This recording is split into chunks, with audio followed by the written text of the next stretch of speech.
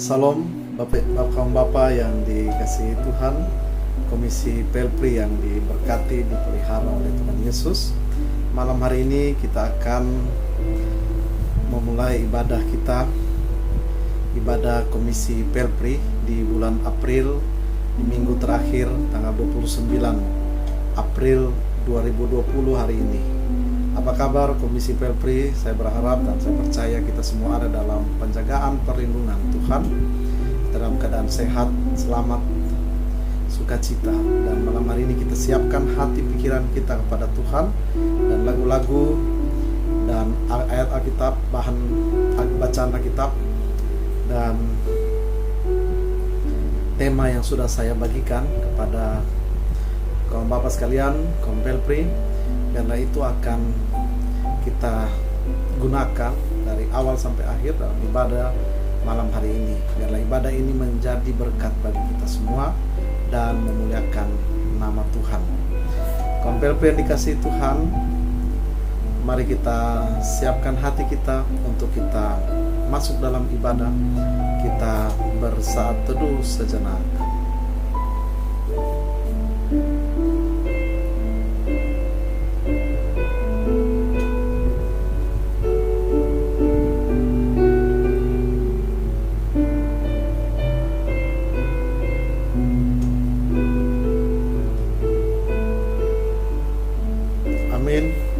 Saat teduh selesai, kaum Pelpri, mari kita siapkan Kidung Jemaat nomor 7. Kidung Jemaat nomor 7 kita nyanyikan bait 1 dan baitnya yang keempat.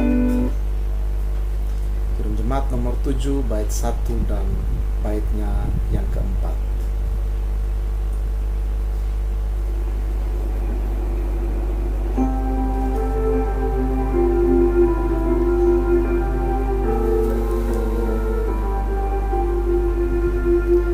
Ya Tuhan, kami puji nama-Mu besar.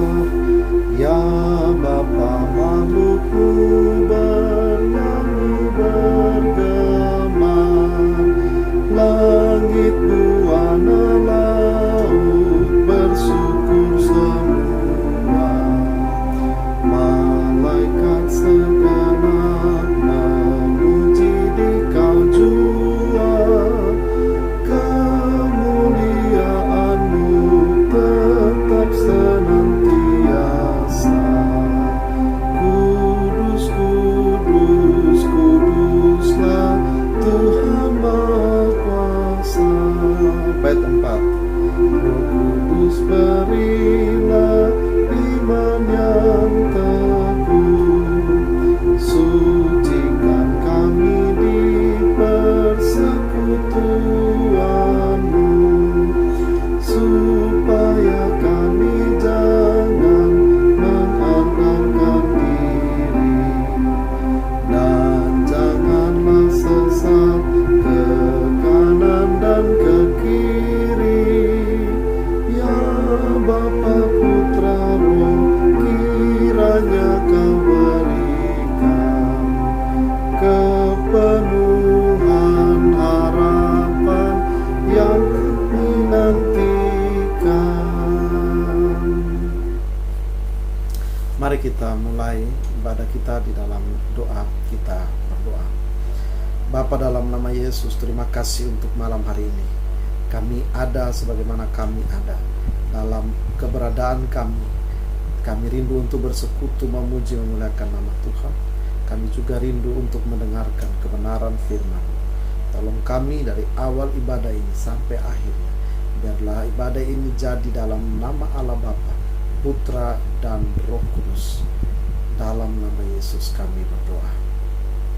Amin. Komisi Pelpri yang dikasihi Tuhan, kita siapkan Kidung Jemaat 51 bait 1 dan baitnya yang kedua. Kidung Jemaat nomor 51, kita nyanyikan bait 1 dan bait yang kedua sebelum kita masuk dalam pemberitaan firman Tuhan. Kitab suci hartaku.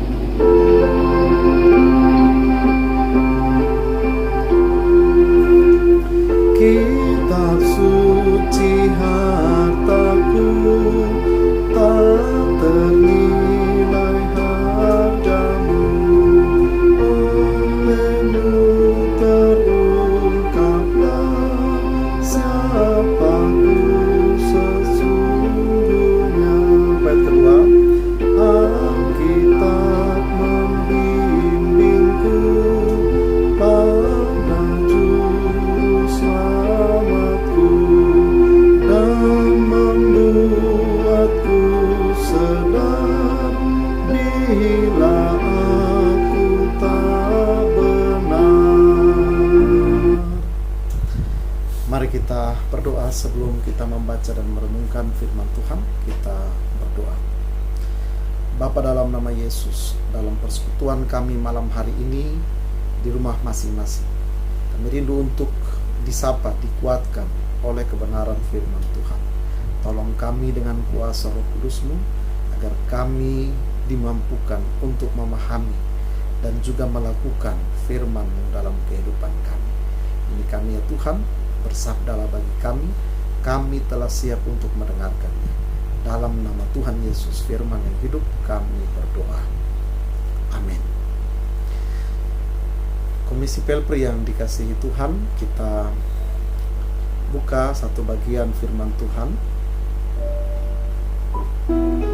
malam hari ini dari kitab Bilangan yang sudah saya bagikan di grup.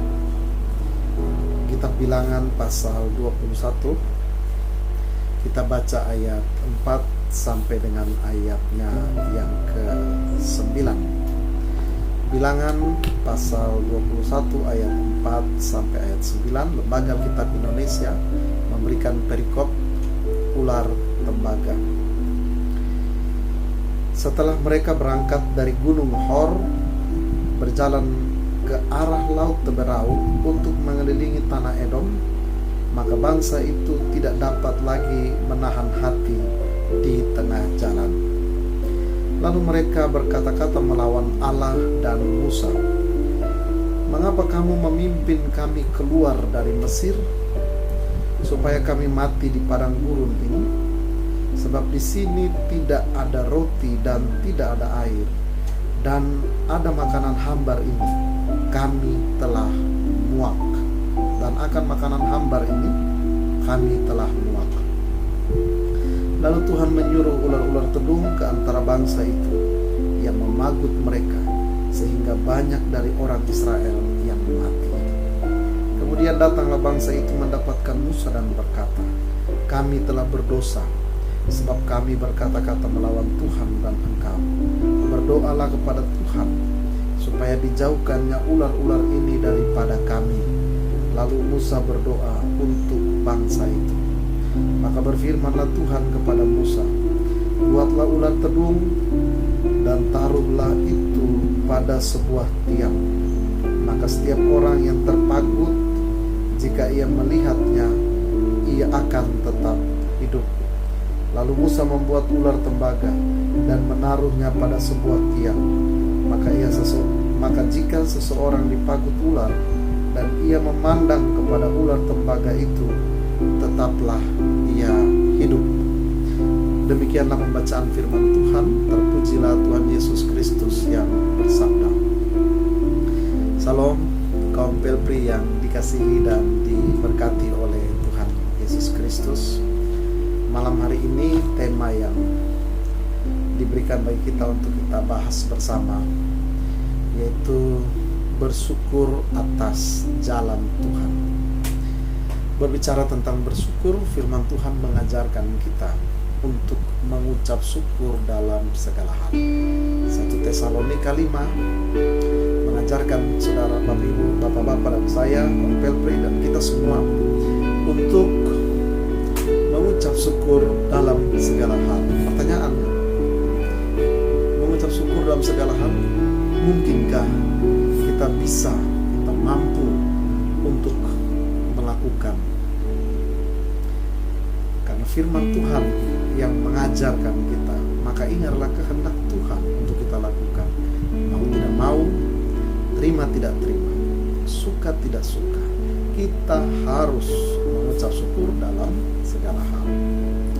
Kaum Pelpri yang dikasihi dan diberkati oleh Tuhan, banyak anak Tuhan yang ternyata hanya mau menerima yang baik saja dari Tuhan.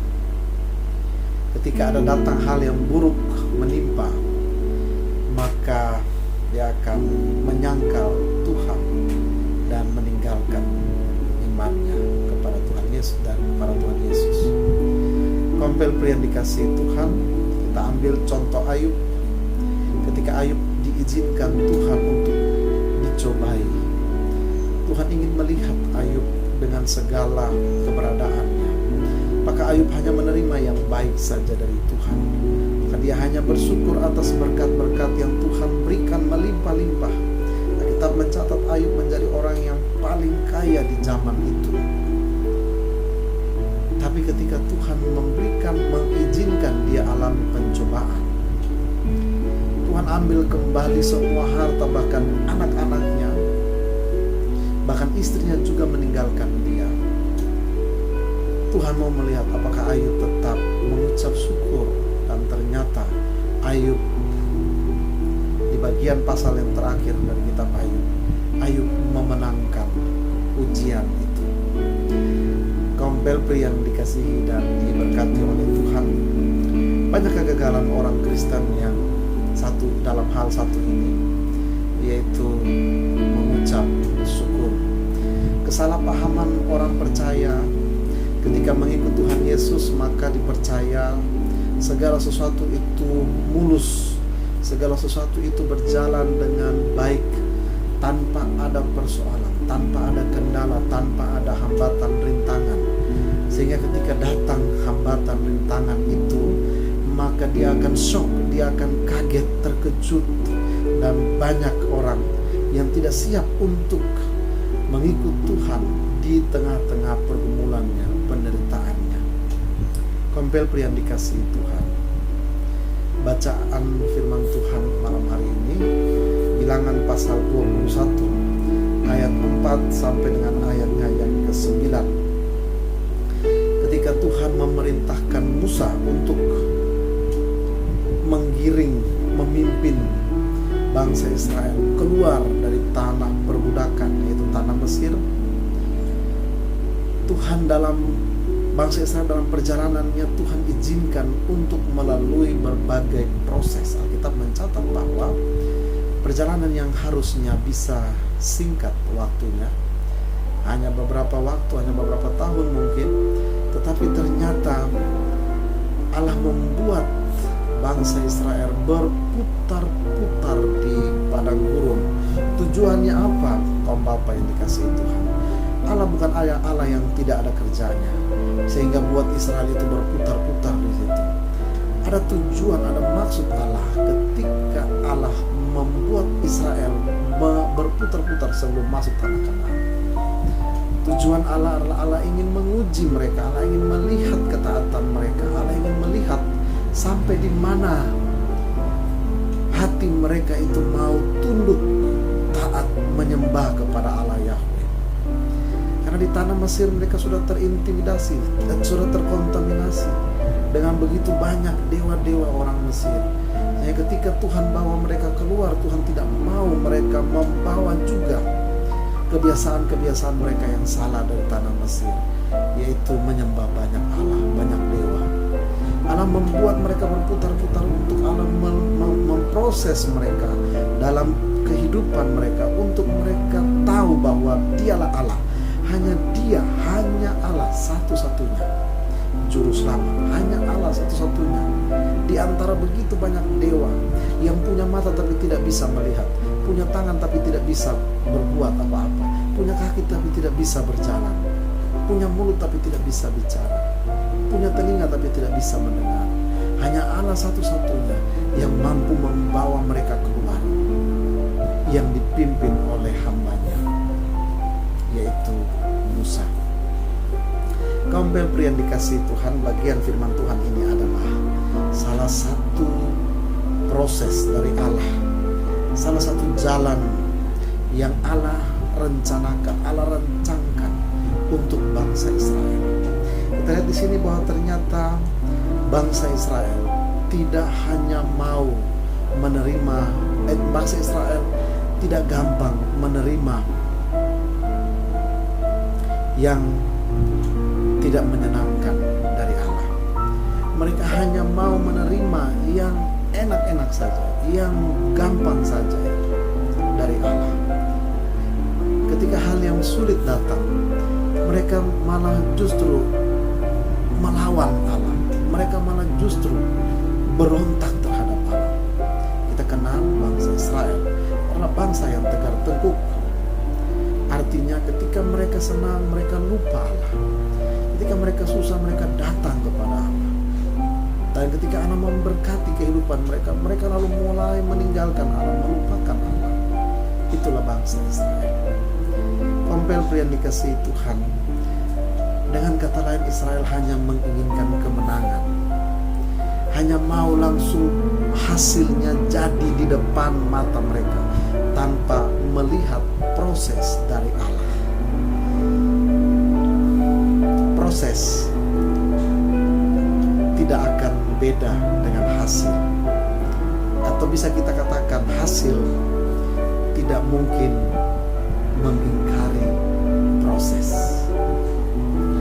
Kompel pria yang dikasihi Tuhan, ada orang yang hanya menginginkan kemenangan saja, hasilnya saja, tanpa menginginkan adanya satu proses.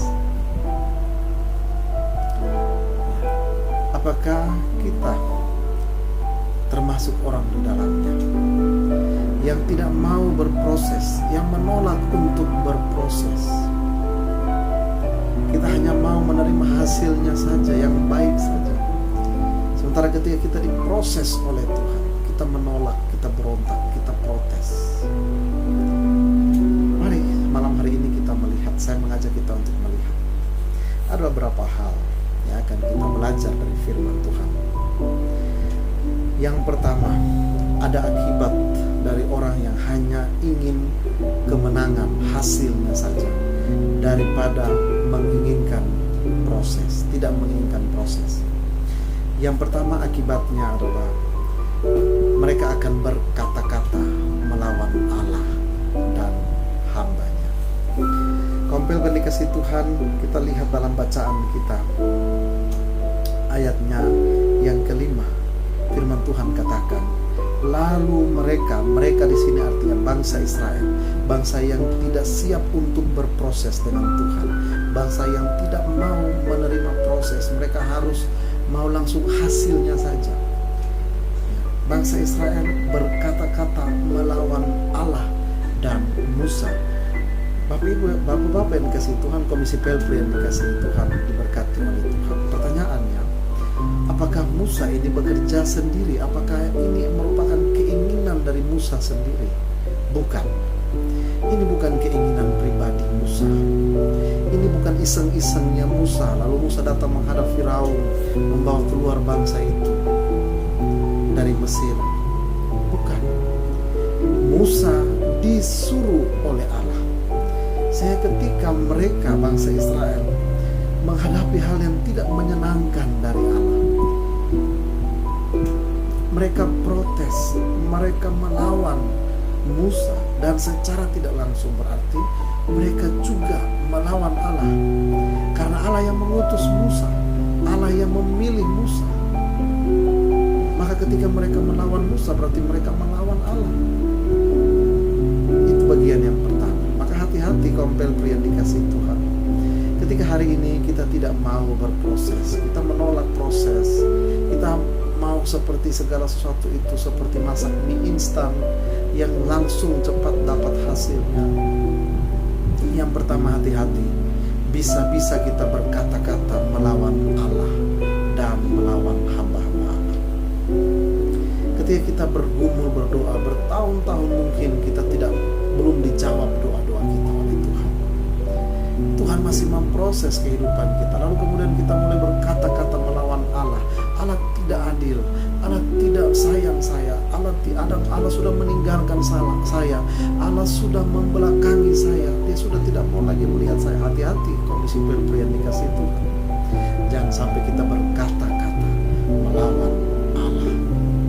Itu bagian yang pertama. Yang kedua, akibat dari seseorang hanya ingin menginginkan kemenangan saja, hasil saja, tanpa proses. Yang kedua, mereka tidak setuju dengan keputusan Allah dan menghina jalannya. Bilangan 21 ayat 5. Mereka berkata kepada Musa, dan mereka berkata-kata melawan Allah dan Musa. Mengapa kamu memimpin kami keluar dari Mesir supaya kami mati di padang gurun ini? Sebab di sini tidak ada roti dan tidak ada air, dan akan makanan hambar ini kami telah muak. Komisi PLP yang dikasihi Tuhan, Israel tidak setuju dengan keputusan Allah, dan Israel menghina jalannya Allah. Saudaraku yang dikasihi Tuhan, siapa kita sehingga kita berani melawan keputusan Allah? Siapa kita sehingga kita mampu untuk protes kepada jalan-jalannya Allah? Jalan Allah mungkin saat ini membagi kita begitu sulit, begitu tidak menyenangkan, begitu menyedihkan. Kadang tidak bisa kita terima dengan akal sehat kita.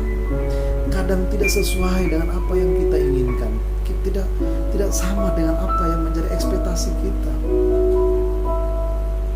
Lalu kemudian kita mulai tidak setuju, berontak dengan keputusan Allah, dan kemudian kita menghina jalan Tuhan. Yang berikut tentang menghina pemberian Tuhan, Komisi PLP yang dikasihi Tuhan, dalam ayat 5 Alkitab Lembaga Alkitab Indonesia terjemahan baru katakan, akan makanan hambar ini kami telah muak. Nah, makanan hambar ini makanan yang diberikan oleh Tuhan di padang gurun bagi bangsa Israel. Dalam terjemahan NIV atau New International Version diterjemahkan, kami benci atau jijik terhadap makanan yang jelek ini. Saudara, kita bisa bayangkan, Israel menghina pemberian Tuhan. Dia bukan hanya menghina jalan Tuhan, tapi dia juga menghina pemberian Tuhan. Syukur-syukur Tuhan kasih mereka makan, tapi mereka bilang mereka jijik, mereka sudah benci, mereka sudah muak dengan pemberian Tuhan ini. Saudara, kok mungkinkah saat ini kita sudah muak dengan situasi kita yang saat ini Tuhan izinkan bagi saudara dan saya untuk kita alami? Virus corona yang sampai saat ini sudah 1.000, sudah hampir 1.000, atau bahkan sudah 1.000 lebih. Mungkin kita setiap hari kita melihat perkembangan ini dan kita katakan, Tuhan, saya sudah muak dengan ini semua. Tuhan, saya sudah benci dengan semua ini.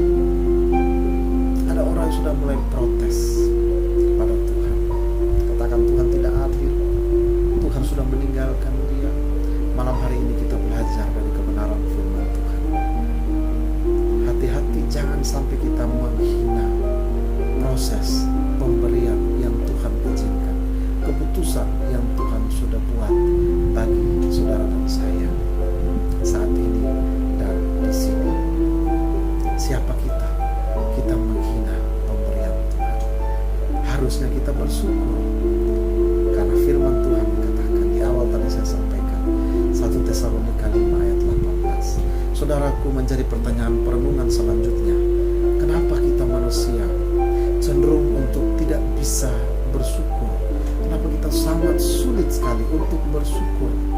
Karena ternyata kita cenderung untuk suka membanding-bandingkan milik kita dengan milik orang lain.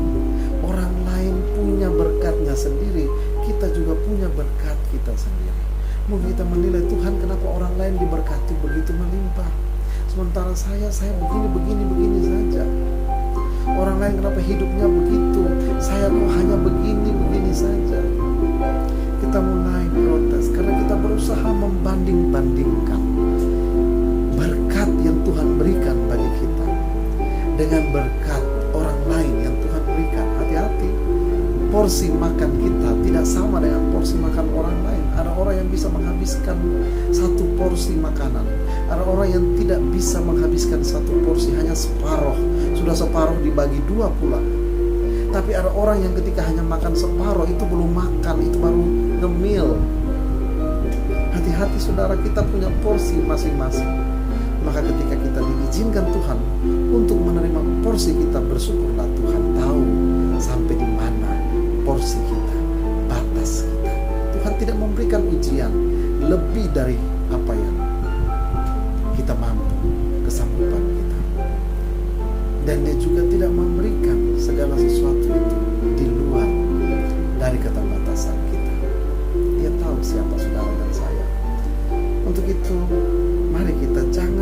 membanding-bandingkan. Bersyukur atas apa yang Tuhan berikan bagi saya. Ketika Tuhan berikan berkat Tuhannya bagi saya dan saudara, hari ini kita menerimanya dan kita bersyukur. Terima kasih Tuhan, ini berkat-Mu bagiku hari ini.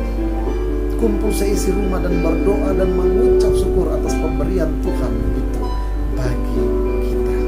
Setiap hari Tuhan mau melihat apakah kita tetap bersyukur atas pemberian daripada Tuhan.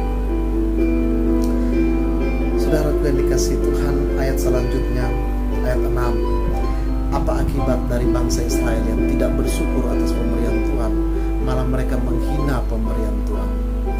Akibatnya adalah Tuhan mendatangkan hukuman atas bangsa Israel. Saudaraku yang dikasihi Tuhan, Tuhan mengirimkan ular tedung.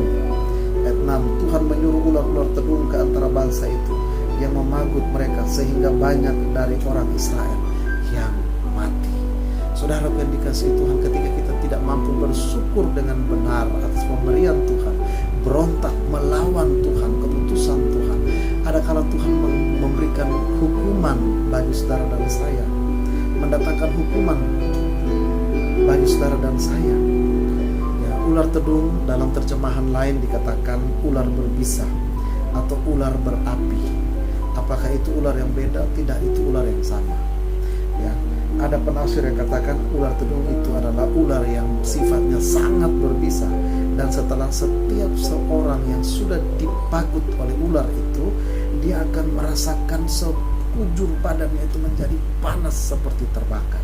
Dan mungkin bisa jadi, maka itulah orang terjemahan lain menafsirkan ular tedung ini dengan ular berapi atau ular berbisa. Sebenarnya ular ini sama, ular tedung.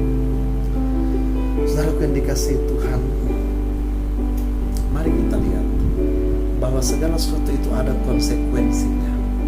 Ketika kita berontak melawan keputusan Allah, ada konsekuensi yang Tuhan berikan bagi saudara dan saya. Konsekuensi itu adalah bisa jadi hukuman, bisa jadi teguran. Tapi percayalah saudara, ketika Tuhan menegur saudara dan saya, Wahyu 3 ayat 19 katakan, barang siapa kukasihi, ia kutegur dan kuhajar.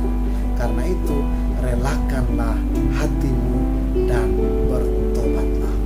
Berarti saudara dan saya, ketika Tuhan menegur kita dengan hukuman, dengan teguran-teguran ringan, kecil ataupun besar, harusnya kita bersyukur. Karena apa? Karena Tuhan mengasihi saudara dan saya. Dia tidak mau kita hanyut, dia tidak mau kita binasa, dia tidak mau kita tenggelam dalam dosa-dosa kita.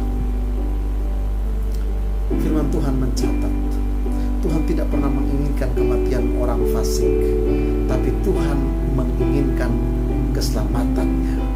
Dia tidak mau orang fasik binasa, dia mau orang fasik selamat. Mungkin saat ini kita sedang diproses oleh Tuhan, maka mari kita terima proses itu, teguran itu dari Tuhan bagi kita. Di ayat 7 dikatakan begini, kemudian datanglah bangsa itu mendapatkan Musa dan berkata, kami telah berdosa sebab kami berkata-kata melawan Tuhan dan engkau. Berdoalah kepada Tuhan supaya dijauhkannya ular-ular ini daripada kami. Lalu Musa berdoa untuk bangsa itu. Saudaraku, puji Tuhan, Israel kemudian menjadi sadar bahwa mereka salah. Celakanya kalau mereka sudah salah, ada orang yang salah, sudah ditegur oleh Tuhan, ditegur oleh hamba Tuhan, tapi dia masih merasa dirinya benar. Ini celaka.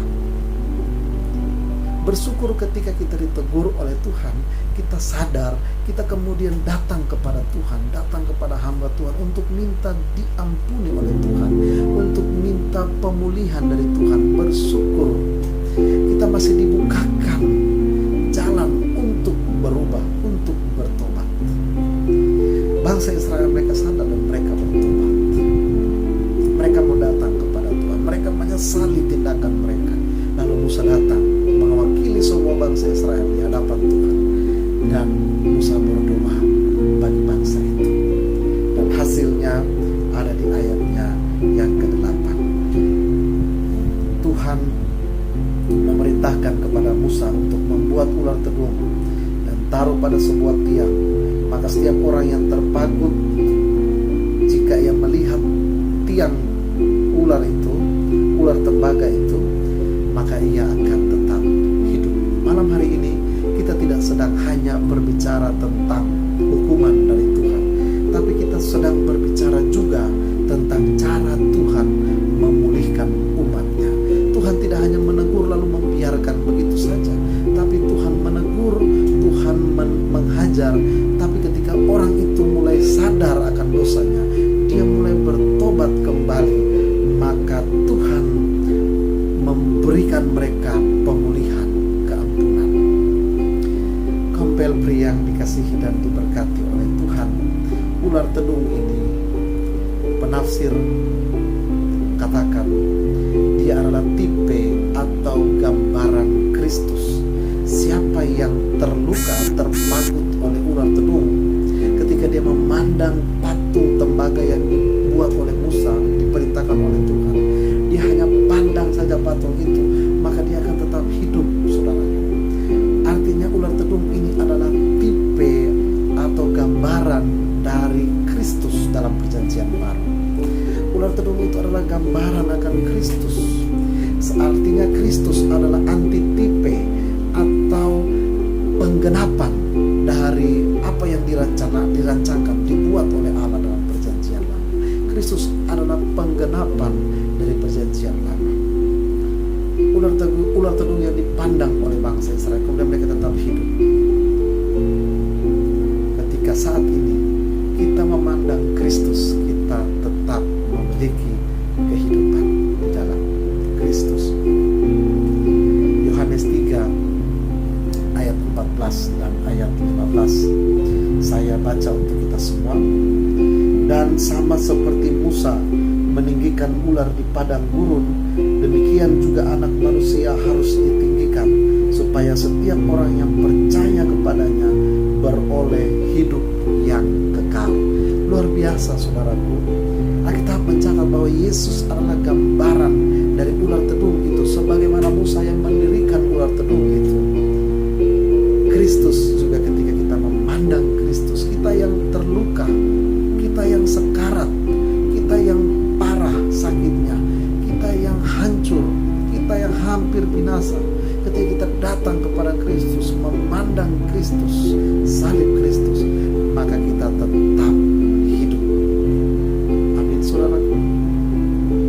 Saya percaya kita mengaminkan berita firman Tuhan malam hari ini, karena Kristus tidak hanya menghukum, Tuhan tidak hanya menghukum dan membiarkan, tapi Tuhan juga menghukum dan memberikan pemulihan.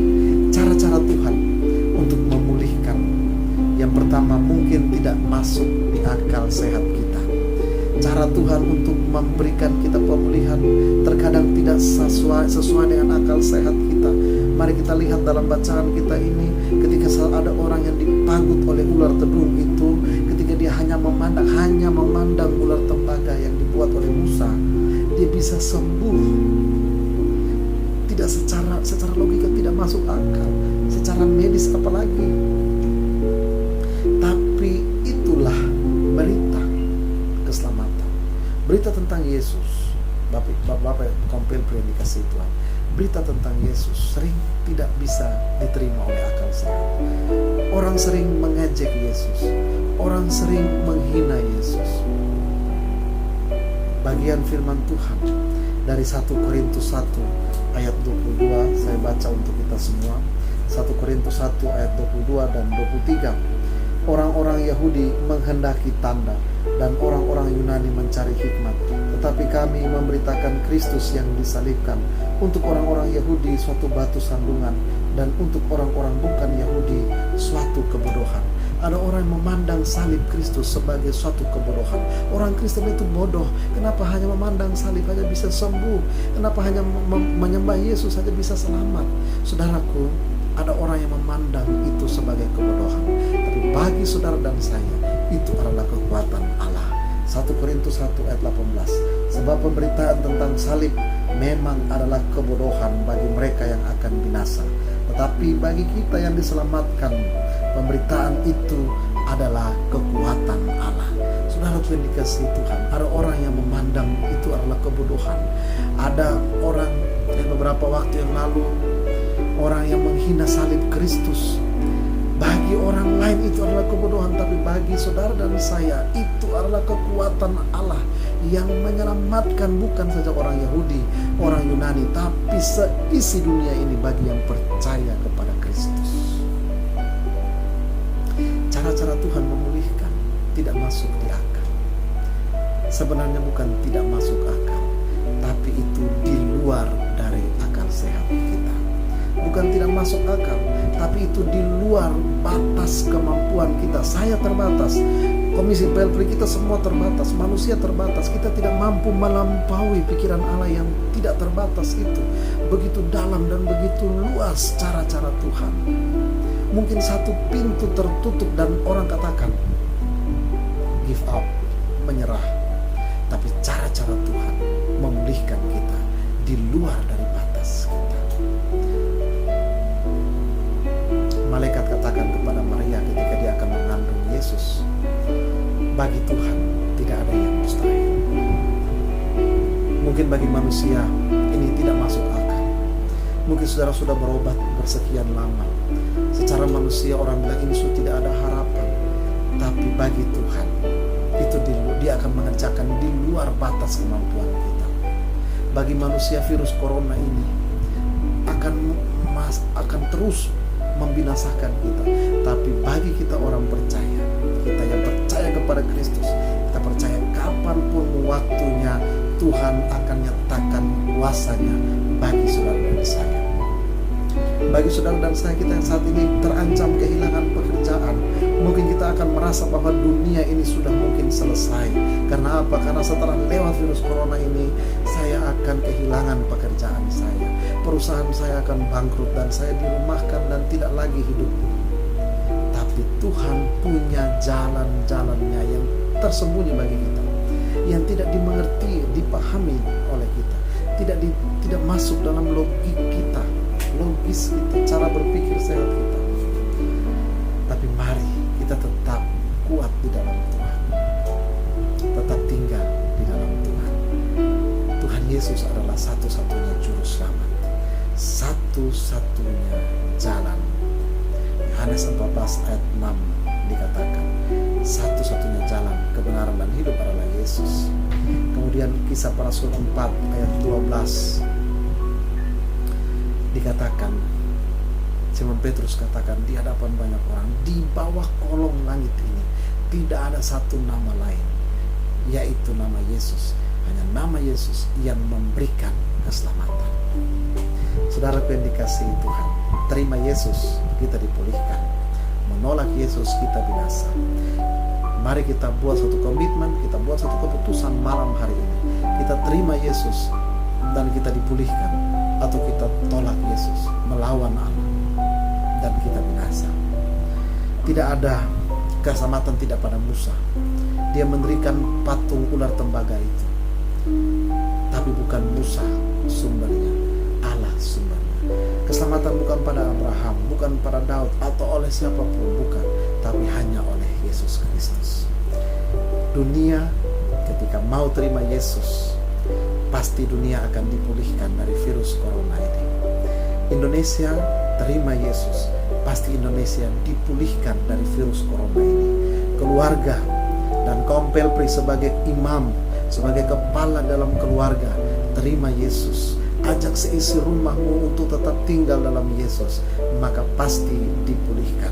Pribadi yang menerima Yesus dalam kehidupannya pasti dipulihkan. Untuk itu mari kita tetap bersyukur atas segala jalan Tuhan yang Tuhan izinkan untuk kita semua alami, kita semua jalani. Tetap semangat, sehat, sukacita dalam Tuhan. Tetap tinggal dalam Tuhan Yesus. Dia satu-satunya jalan kebenaran dan hidup. Pandang Yesus, apapun yang kita alami saat ini, kita tetap survive, tetap hidup, tetap berpengharapan di dalam Tuhan. Selamat malam. Tuhan Yesus memberkati Komisi Pelpri. Tuhan Yesus memberkati saudara semua. Amin. Kita memuji, memuliakan nama Tuhan. Kita siapkan dari Kidung Jemaat,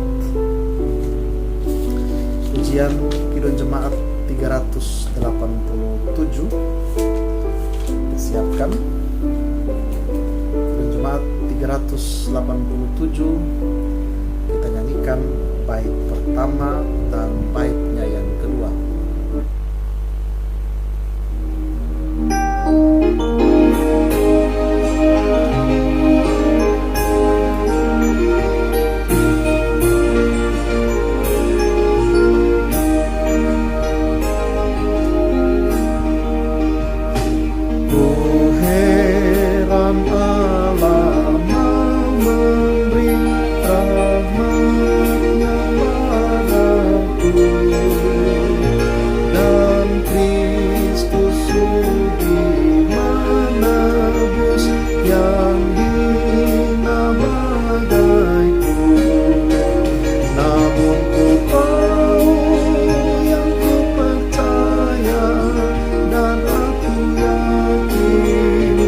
Kuasanya Dia menjaga yang kutemukan hingga harinya kelak.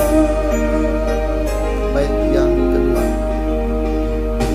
Ku heran oleh rahmatnya, hatiku beriman, dan oleh kuasa sabdanya jiwaku pun tentram.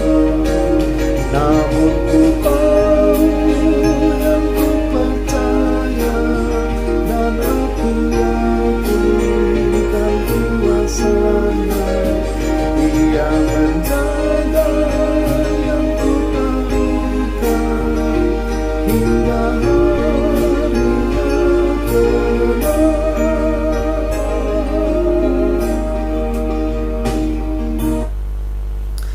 Komisi PLP yang dikasihi Tuhan, mari kita satukan hati kita. Kita masuk dalam doa kita, doa bersama. Kita menaikkan syafaat di hadapan Tuhan. Kita percaya walaupun kita ada di rumah kita masing-masing, tapi di dalam doa kita dipersatukan. Doa orang yang benar bila dengan yakin didoakan sangat besar kuasanya. Mari kita terus berdoa bagi bangsa ini, bagi Indonesia, bagi dunia ini, agar dipulihkan oleh Tuhan Yesus. Kita berdoa. Bapa, dalam nama Yesus, Allah yang terus memelihara kehidupan kami, Allah yang tidak pernah menghendaki kematian orang fasik, tapi Allah yang mau pertobatannya. Malam hari ini kami bersyukur atas firman-Mu. Jalan-jalan Tuhan mungkin bagi kami tidak masuk akal.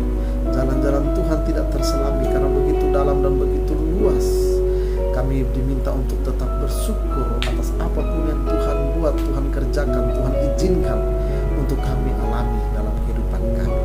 Ampuni kami Tuhan ketika Engkau jumpai kami sebagai kaum PLP. Kami terkadang bersungut-sungut, bahkan kami melawan Allah. Kami melawan keputusan Allah. Kami memberontak terhadap suara Allah melalui hamba-hamba Tuhan. Ampuni kami Tuhan. Biarlah kami terus diberikan hati yang mau taat, hati yang mau bersyukur, hati yang mau terus menghayati pemberian Tuhan itu yang terbaik bagi kami. Malam hari ini Bapa, kami sebagai Komisi PLP, kami berdoa di dalam nama Yesus. Hamba berdoa untuk semua Komisi PLP GKU Bekasi 1 dimanapun berada, sebagai kepala keluarga, sebagai imam, Tuhan yang terus memberkati, memberikan hikmat bagi semua Komisi PLP yang malam hari ini menyaksikan tayangan ini. Tuhan memberkati kehidupan kami semua. Apapun yang menjadi keperluan, kebutuhan kami, Tuhan yang tahu, Tuhan yang cukupkan. Kami percaya Tuhan, mungkin manusia secara akal sehat kami merasa jalan kami sudah buntu, tetapi bagi Tuhan tidak ada yang mustahil. Jika Tuhan buka jalan, setiap persoalan kami, setiap pergumulan kami, sakit penyakit kami, perekonomian kami, kondisi situasi bangsa kami, keluarga kami, pribadi kami, tetap ada dalam pengasihan Tuhan. Bapa, dalam nama Yesus, malam hari ini juga Hamba berdoa Tuhan untuk Komisi Pelpri GKO Bekasi 1. Tuhan berkati Komisi Pelpri yang ada. Tuhan berkati pengurus Komisi Pelpri. Tuhan berkati semua hamba-hamba-Mu yang memberikan hidup mereka untuk pekerjaan Tuhan. Tuhan berikan semangat, Tuhan berikan hikmat bagi mereka.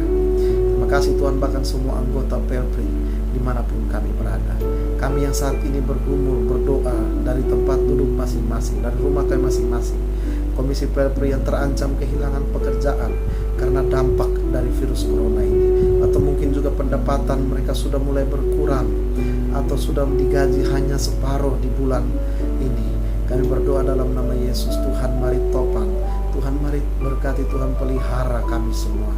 Kami yang terancam akan kehilangan pekerjaan setelah lewat virus corona ini, Tuhan mari Engkau buka jalan Bapa, Engkau berikan yang terbaik. Virus ini sempat berlalu dari kami, dan kami kembali membangun kehidupan kami, membangun perekonomian kami, membangun pengharapan kami, kehidupan kami di dalam Tuhan. Terima kasih Tuhan Yesus. Malam hari ini Bapa, hamba berdoa untuk gereja Tuhan GKO Jemaat Bekasi 1. Tuhan berkati hamba-hamba Tuhan yang Tuhan percayakan melayani jemaat-Mu. Kami berdoa dalam nama Yesus, Tuhan berikan hikmat bagi kami semua. Bapa, dalam nama Yesus saat ini juga kami berdoa untuk bangsa dan negara kami, pemimpin bangsa ini, presiden, wakil presiden, para menteri. Tuhan berkati pemimpin kota Bekasi, pemimpin kota dimanapun kami tinggal, kami berada.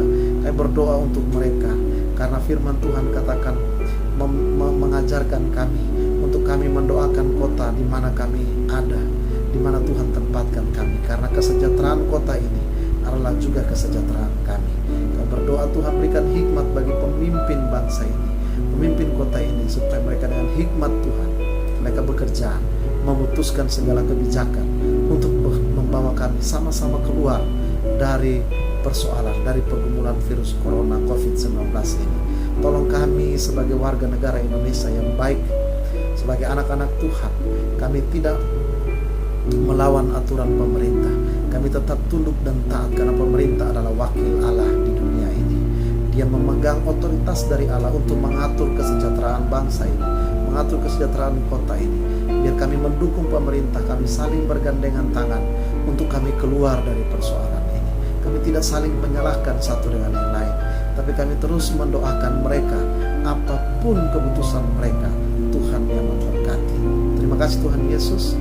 Kami bersatu hati terus mendukung dalam doa para tim medis, dokter, perawat, karyawan-karyawati di rumah sakit. Tuhan berkati mereka, meninggalkan seisi rumah mereka untuk kehidupan orang lain, untuk nyawa orang lain. Tuhan memberkati mereka, Tuhan berikan kesehatan, kekuatan bagi mereka. TNI, Polri juga Tuhan berkati ya Bapak. Terima kasih Tuhan, para PDP, ODP, OTG, para pasien positif, keluarga yang berduka cita karena kehilangan orang-orang yang mereka cintai akibat virus corona ini. Tuhan berkati mereka, Tuhan liburkan, Tuhan topang, dan Tuhan pelihara kehidupan mereka. Terima kasih Tuhan Yesus, terima kasih. Kami naikkan doa kami ini dari rumah mereka masing-masing. Jemaat-Mu berdoa, Tuhan yang mendengar, Tuhan yang menjawab. Di atas semuanya ini hanya kehendak Tuhan yang jadi, bukan kehendak kami. Datang padamu berimankan satu Tuhan kami, Tuhan Yesus Kristus, Tuhan Juru Selamat, penebus hidup kami, dan yang sudah mengajarkan kami berdoa. Bapa kami yang di sorga, dikuduskanlah nama-Mu, datanglah kerajaan-Mu, jadilah kehendak-Mu di bumi seperti di sorga. Berikanlah kami pada hari ini makanan kami yang secukupnya, dan ampunilah kami akan kesalahan kami, seperti kami juga mengampuni orang yang bersalah pada kami. Dan jangan membawa kami ke dalam pencobaan, tapi lepaskanlah kami daripada yang jahat, karena Engkau yang punya kerajaan dan kuasa dan kemuliaan sampai selama-lamanya. Amin. Komisi Pelpri yang dikasihi dan diberkati oleh Tuhan, tiba saatnya kita akan memberikan persembahan syukur kepada Tuhan. Kita sudah menikmati begitu banyak berkat-berkat dari Tuhan. Saat ini kita diberikan kesempatan oleh Tuhan untuk kita memberikan persembahan kita sambil mengingat kata firman Tuhan dari Amsal pasal 3, Amsal pasal 3 ayat 9 dan ayatnya yang ke-10. Muliakanlah Tuhan dengan hartamu dan dengan hasil pertama dari segala penghasilanmu, maka lumbung-lumbungmu akan diisi penuh sampai melimpah-limpah, dan bejana pemerahanmu akan meluap dengan air buah anggurnya. Kita memberikan persembahan dengan sukacita. Persembahan yang Kompelpri berikan bisa ditransfer ke rekening gereja yang sudah di-share di grup. Lalu kemudian bisa juga Kompelpri singgah sebentar ke gereja, di ruang tata usaha, di ruang kantor di sekretariat gereja sudah disediakan kotak kaca. Kompelpri bisa mempersiapkan dalam amplop tertutup, ditulis nama ataupun nomor induk jemaat, lalu ini persembahan ibadah Pelpri tanggal hari ini 29 April, dan dimasukkan dalam kotak persembahan, kotak kaca itu. Atau bisa juga Kompelpri yang tidak sempat ke gereja ataupun tidak punya m-banking untuk transfer, Komisi Pelpri atau jemaat bisa menghubungi majelis wilayah atau koordinator wilayah atau siapapun majelis di wilayah Kompelpri, dan majelis siap untuk menjemput uang persembahan yang akan dipersembahkan kepada Tuhan melalui gerejanya. Sambil persembahan kita berikan, kita bernyanyi dari Kidung Jemaat 291. Siapkan Kidung Jemaat 291. Kita nyanyikan bait 1, bait 3, dan baitnya yang keempat. Kidung Jemaat 291, bait 1, bait 3, dan bait 4.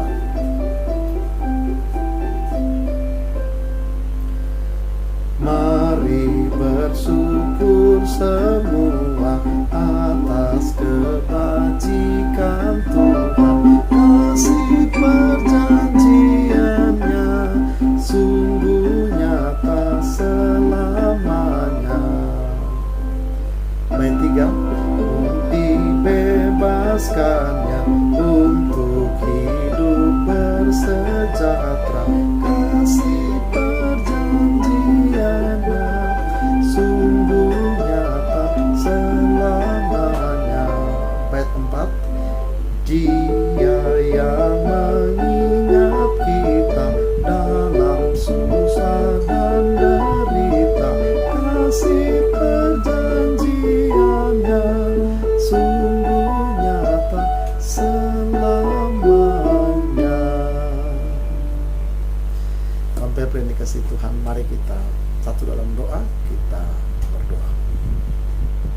Kami bersyukur atas kehidupan yang Tuhan berikan bagi kami.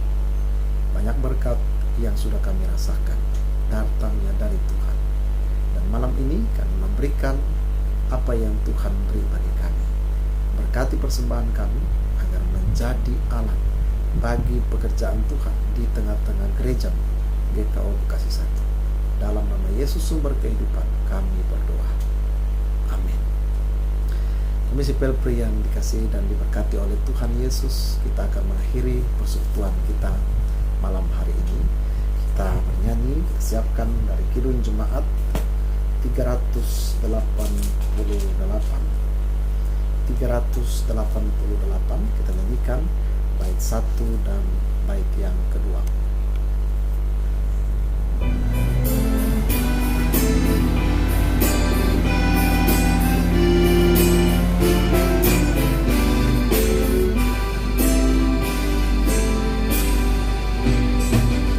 Selamat di tangan Yesus, aman penuh dalam teguh kasih-Nya, aku bahagia. Lagu madu malaikat olehku terdengar, dari negeri mulia damai sejahtera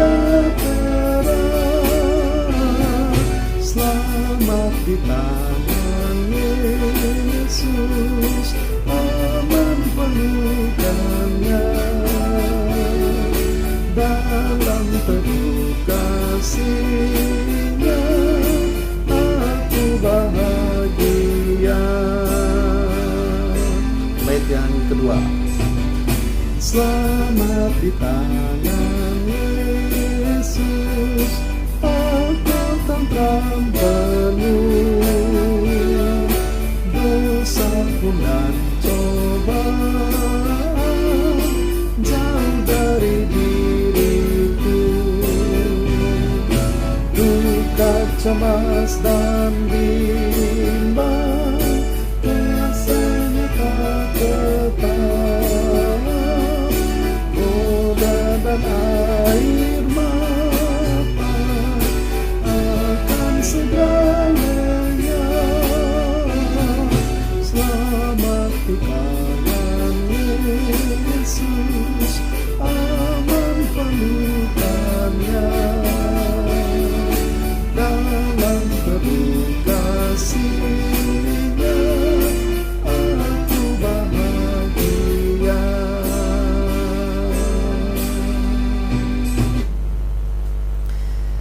Kaum yang dikasihi Tuhan, firman Tuhan telah kita dengar malam hari ini.